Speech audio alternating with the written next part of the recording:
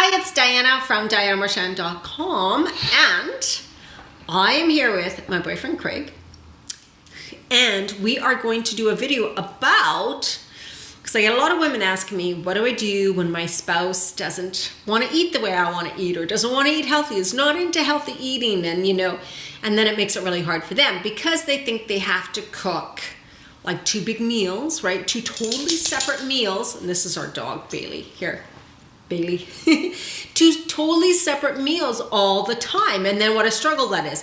And when you have that, when you think you have to do so much more work, you're probably not going to stick with it, right? You're probably not going to stick with it. So I thought I would bring Craig on video today, and we could just talk about kind of what it's been like how has he changed, and how he handles it when I kind of make the food that I want. So all right.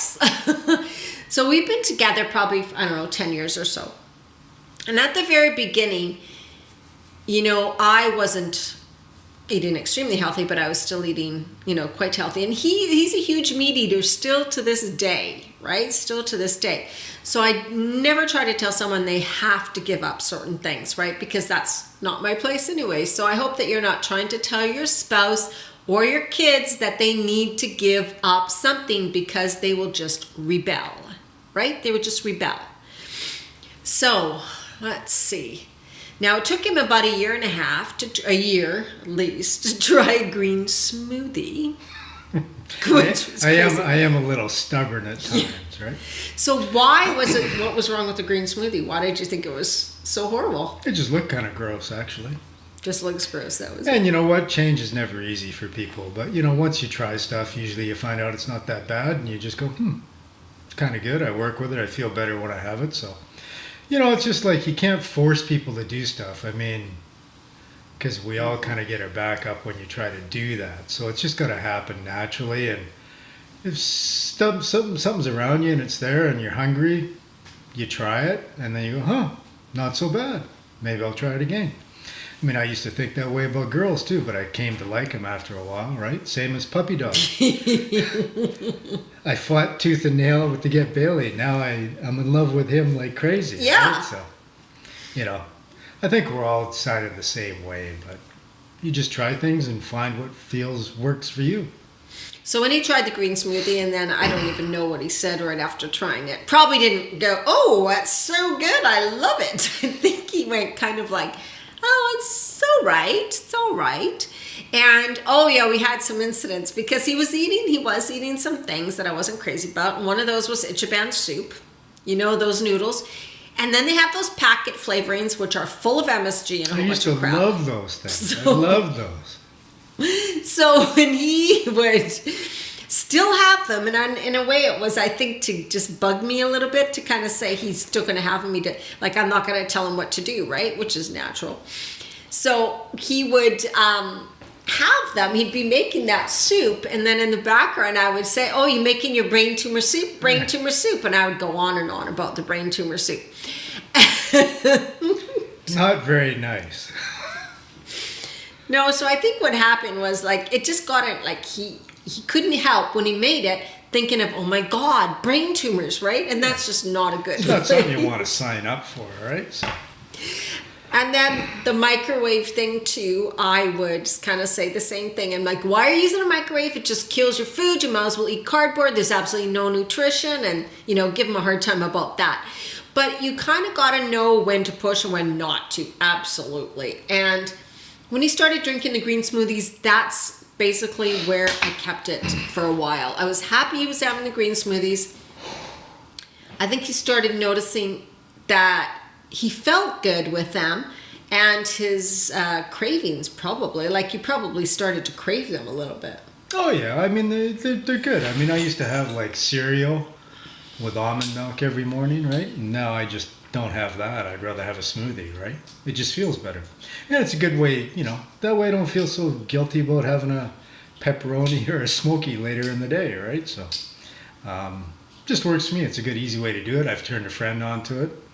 He had them all the time, eats one every day too, right? So it's a good, simple way guys like simple. I know I do.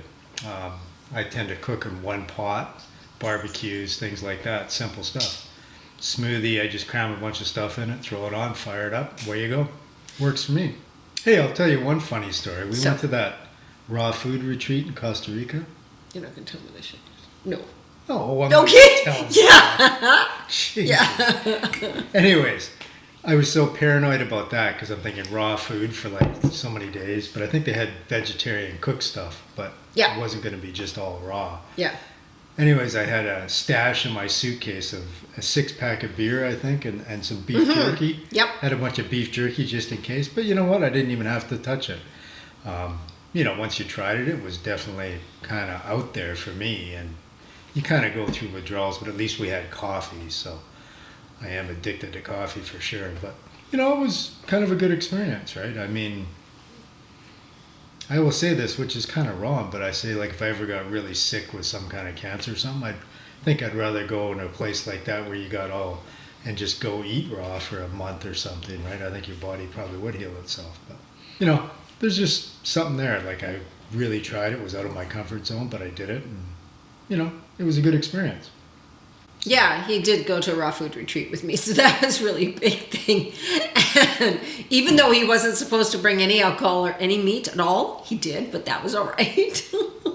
I didn't tell him there was no alcohol till we were driving there. Rules are just rough So- guidelines, right? All right, so we're going to talk about how we kind of handle meals or how that kind of went on, because I know a lot of people have a thing about that. So because meat doesn't really agree with me, it doesn't digest very well, right? Where he does really, really well with really lean protein, so good meat protein he really likes, and just veggies, not heavy starch. So when I was going through the change and I needed to get rid of my heavy starch, what we used to do is, of course, I used to just make all the veggie stuff, right? All the good veggie stuff, because he was willing to try it, and if he wasn't at first, I never forced it. Like you said, if he's hungry enough, he's going to eat something. If it's prepared, usually for guys, if it's there in front of them, prepared already, they're probably going to try a spoonful or so. So he would do his meat, actually. Well, you wouldn't want me cooking meat anyways. I can't do a good job of it. She's going to ruin it. Yeah, so he just knew, right? It's like, okay, well, if he wants a steak, if he wants something, he will make it. And that's really the way it should be. But, I mean, you know, I'm pretty independent, too. Yeah. I've been a bachelor for a long time. I just cook. If I'm hungry, I eat.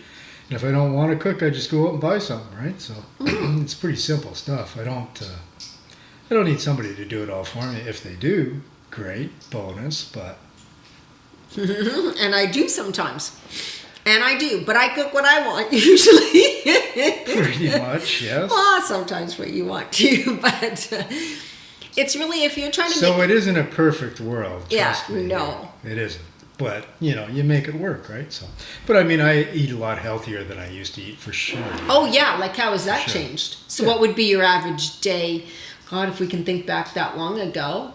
Well, You had cereal in the morning. Brain Yeah, tumor brain soup tumor was soup. in my life.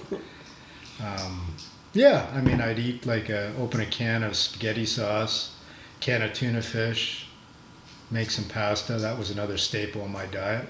I mean, I always ate pretty simple and ate out a lot. I still do eat out a lot. But you make pretty good healthy choices now. Yeah. I mean, I still don't consider myself super clean. You say I am, but He eats I don't really think I clean. am. He's not a snacker, you guys. He does really, really well, unless it's potato chips. except with potato chips. It's a perfect food. But he does really well because he eats good, nutritious food. So he eats his and he doesn't always have meat, though, because sometimes you go and you don't always have meat for his lunch now. But he does eat really clean food, as in he eats whole foods. He doesn't often go grab fast food. He doesn't often have food from a package anymore at all. He really does just go out and get real food. And I think that makes the big difference. When you're consuming food that does not have all that crap in it, all the processed stuff, all the colorings, all the dyes, all the preservatives, all the chemicals, all the unnatural flavorings and crap, right? That's what makes a big difference. And he's also right now very lean, and he just eats lean. And then it is totally fine for us to go out and we have nachos or we'll have beer and french fries, things like that.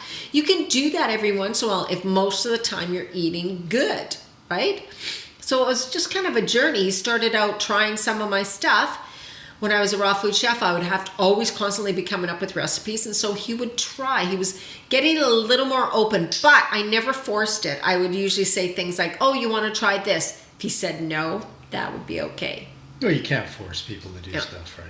It ain't going to work. No, and you don't need to make vegetables complicated. You don't need to make them boring. You know, there's a million fantastic recipes out there that I'm sure they're going to like, right? And you just got to let them get over this resistance. If they see you make the changes, you continually cook that way, you're strong and solid in knowing that this is what you want to do and you know why it's so good for you.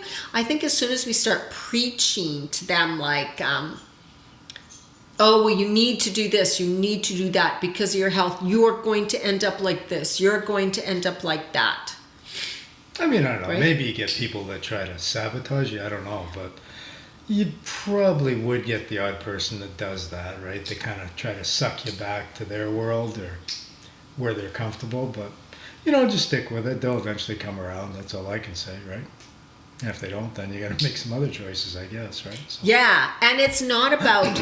the thing is that if they seem to be slower than you think, right? They're not really coming on. You got to let that go.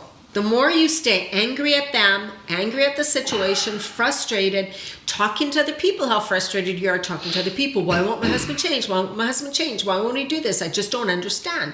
That is causing you harm, not him any harm. Because he's probably not caring, and he's probably very irritated by you continually nagging him. So No, that's not a good thing. Yeah, when I really let it go, like for a while I would say the brain tumor soup, and I would talk about prostate cancer, right? And I would talk about, you could get this and that. I was doing that for a while. But then I finally had to let it go. When I completely let it go, and I thought, you know what, I don't care. He can do whatever he wants. I'm going to do what I want with my eating and my life and know what's right for me. As soon as I let go of that energy, then he's just so much better about it. He was so much better about it. And he just started. And once they start eating the healthier food and realize, oh my God, I am feeling better. I'm feeling better. Like this actually feels better. Because now when we go out and eat, what do we have? Well, like if we eat a big meal or if you eat a really big heavy meal, you don't feel that good after. Not pasta, but pizza, cheese. And pizza is great, actually. So, you just find what works for you. That's all I do, right? And pick up some good habits. So. And would you ever get mad at me for not making the type of food you all want? the time? No, I don't get super mad. I mean, I just make it myself. I don't, I'm my slave, right? So. Mm-hmm. So what would your advice be to a woman who is having a hard time with her spouse or something? Well, I guess it depends on how hard a time it is, right? If the guy just doesn't want to try stuff, you can't force it, right? Just do your own thing and just say, hey, I don't know what to say there because everybody's different, right? Like some people maybe will be more stuck in their ways, but you can't force them to change. They've got to be kind of just... They got to be ready. It's like that when the student's ready, the teacher will appear, right? But, some people just happen slower. Yeah, you may signed up to do this healthy eating journey and to really take your chance or even take a program to do it, but your husband, spouse, kids didn't. So you got to remember that. You may be ready and it may be your time, but if they're resisting, if they're not ready, if you keep persisting, like keep trying to get them, they're going to try to sabotage you because they're going to try to say, I want her back to normal so she stops bugging us. So they will try to get you to fail so that you go back to the old way so then their life is easier, right? So you got to be aware of that. They're not doing that consciously. They're not doing it to hurt you. They're doing it for them because they want their life to be back to normal. So what you got to decide is to have their life stay kind of the way it is, but you take action and change your life and your eating and let them. And yes, that requires sometimes like you making your own things sometimes and them, but you know what, they should, and especially if you have kids, your kids should learn how to make their own food. They're not going to starve to death like you think they may. They have to come upon the knowing and the information themselves and want to make the change. Who do you think does the most talking here? Anyway? Yeah, you can talk as much as you want. Go ahead. I'll be quiet. Yeah, I'm finished. I'd be done in 2 seconds, right? Yeah, so that's, I hope we answered your questions, you guys. And if you have any comments or questions, ask below because we can answer more. There might have been some things that we haven't thought about. I remember feeling a little bitter. I do remember feeling frustrated. But that was also because I expected him to be excited about my journey or the way of eating, and he really wasn't, which is not his place to be anyways. And feeling like I had to still prepare foods that I really didn't want to because he liked them. But it's really, you got to get over that because you got to understand it's a give and take. So sometimes I cook meals that I know he's really going to like. I don't force them and let them be and give them their space. And the most thing is detach from worrying about it. Like I said, any more comments or questions or any more suggested future videos, please post below. And if you're a woman over 40, make sure you are part of my Facebook community, Women Creating Healthy Lives. And you can find more out about me on YouTube at dianamarchand.com. That is my site where I have free giveaways and programs and courses. All right, from us to you, my dog Bailey. Thank you for tuning in and watching. Bye.